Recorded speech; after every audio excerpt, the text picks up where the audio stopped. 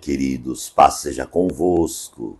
É muito bom estar com vocês, gente. Glória a Deus, mais um dia.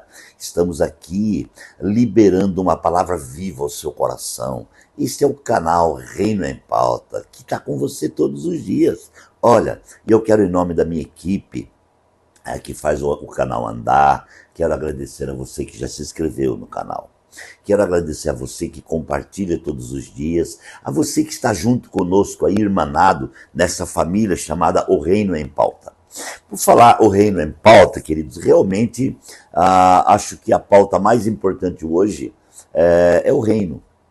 Precisamos compreender e entender muito mais sobre o reino e vivenciar a realidade desse reino, né, que como igreja nós podemos vivenciar. Muito bem, queridos, a série em curso, essa é a mensagem 4 e o tema é a constituinte da vida. Então, a vida, como eu venho falando para vocês já, desde a primeira reflexão, ela é uma constituição. Ela é uma constituição. E a constituição da vida tem um propósito. O propósito é o compartilhamento. A vida é compartilhável. Gente, é tão tremendo a questão da vida, tão tremenda a questão da vida, que ela compartilha assim: eu quero fazer um pensamento com você. Vamos fazer um pensamento familiar. O jovem se casa, e aí, né, nos tempos mais antigos, a gente viu muito isso. Hoje está um pouquinho diferente, mas as famílias sempre tiveram 10 filhos, 11 filhos, 12 filhos, né? Por exemplo, eu venho de uma família de 12 filhos, 12 irmãos, 12 filhos, né? E então veja se a vida não é um compartilhamento, né? Então compartilha a vida e ela cresce. Muito bem. Hoje eu posso falar a você desse compartilhamento no que diz respeito à edificação da grande família que é chamada de igreja. Igreja, queridos, não é uma denominação. Igreja não é um local de reunião, igreja não é uma organização, não. Igreja é um organismo, igreja é um corpo, igreja é uma família, certo? Isto é igreja. O homem que ensinou tudo errado isso daí, dividiu tudo, colocou a igreja como local de reunião, e ainda pior, o homem foi lá e disse: eu montei uma igreja, é a minha igreja. Está tudo errado. Não tem nada de é minha igreja, não tem nada de... Irmãos, pode ser a denominação dele, pode ser o CNPJ dele, pode ser tudo, mas menos igreja. A igreja, irmãos, ela é o corpo de Cristo. A igreja é uma família criada por Deus, restaurada por Deus, para uma relação com Deus. E obviamente, se essa família chamada igreja se relaciona com Deus, essa família obviamente tem uma relação plena entre si, certo? Mesmo porque a palavra diz que é impossível alguém dizer que ama a Deus e não ama o seu próximo. Então, uma vez que eu digo eu amo Deus e não amo meu próximo, eu não estou sendo igreja. Eu estou sendo uma organização terrena, subdividida, né? Todinha faccionada. Isso é muito mal. Hoje nós vemos, amados irmãos, isso acontecendo. Então, o que nós vemos hoje? O corpo mutilado, o corpo cortado, a perna para um lado, o braço para o outro, daí a perna está lá na outra cidade dizendo eu sou, eu tenho, eu sei, eu faço, né? Outra perna está lá do outro lado falando, puxa vida, o corpo está todo mutilado, né? Isso é muito mal. Esse é o retrato que a gente vê na igreja doutrinária ou na igreja organizacional, né? Mas a igreja de Cristo não é uma organização.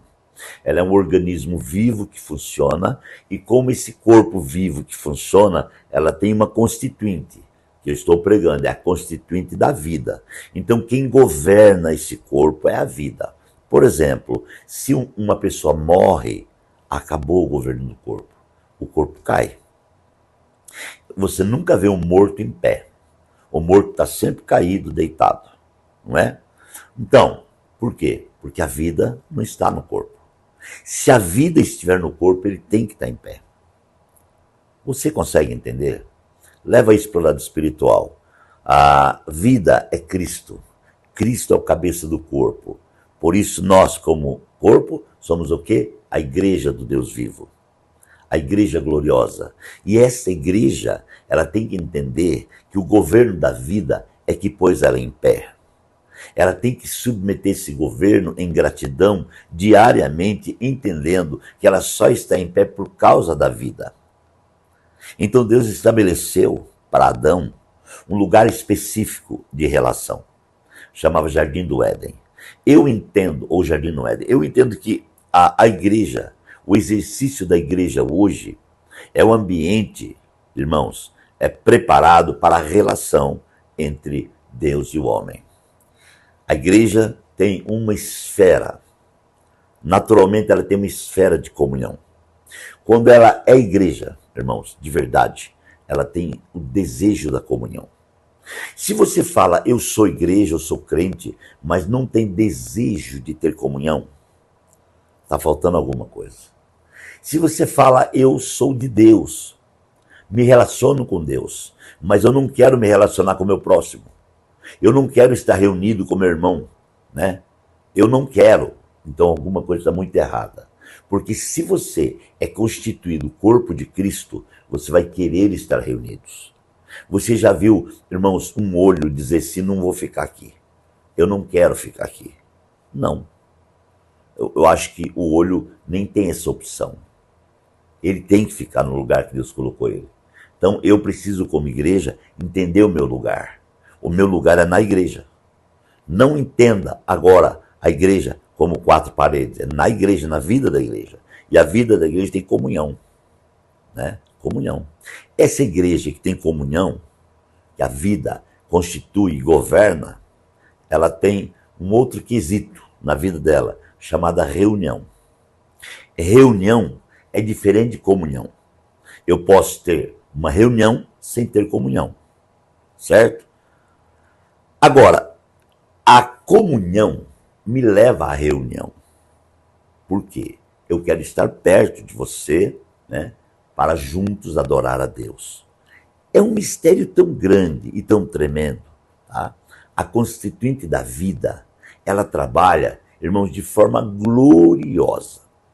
E agora, falando um pouco no ambiente, falando um pouco no lugar preparado por Deus para a relação, né?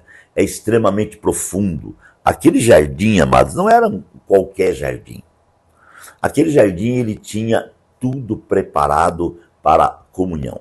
Ele tinha bosque, ele tinha árvore, ele tinha algo impressionante que Deus fez dentro dele, que é o rio Pison, tá? Que nasce de dentro do jardim.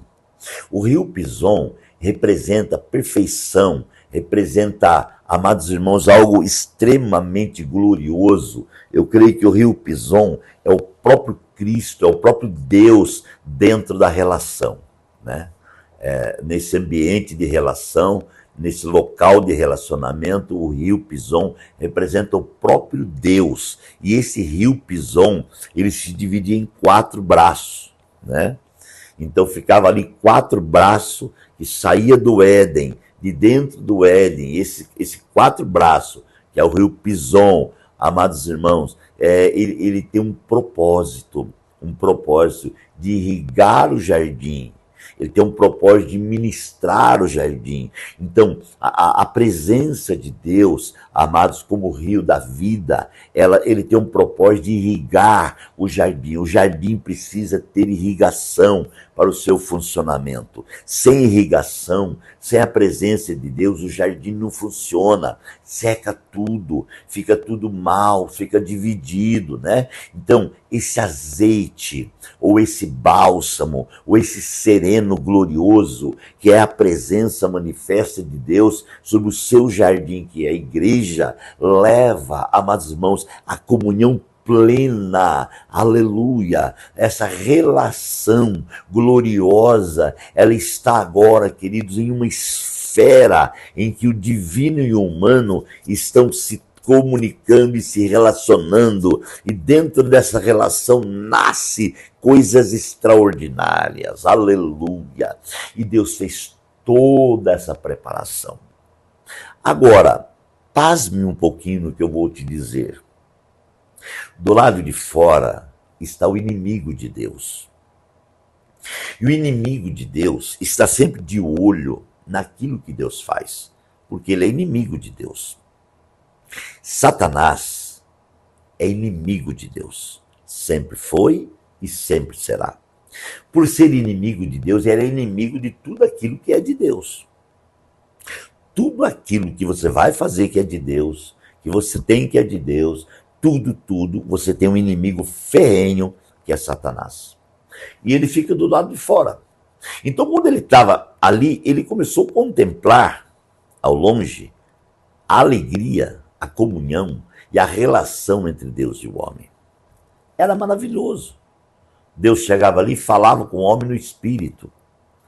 Não havia carnalidade, a alma não havia aflorada, não havia o governo da alma, era apenas a presença manifesta de Deus no homem, de forma cabal, né? Mas tem alguém olhando de fora.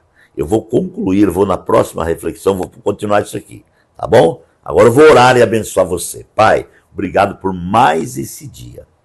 Que o Senhor continue abençoando os meus irmãos de forma tremenda. Nós oramos, clamamos e liberamos a vida do Senhor, em nome de Jesus. Que Deus te abençoe. Um abraço e até amanhã.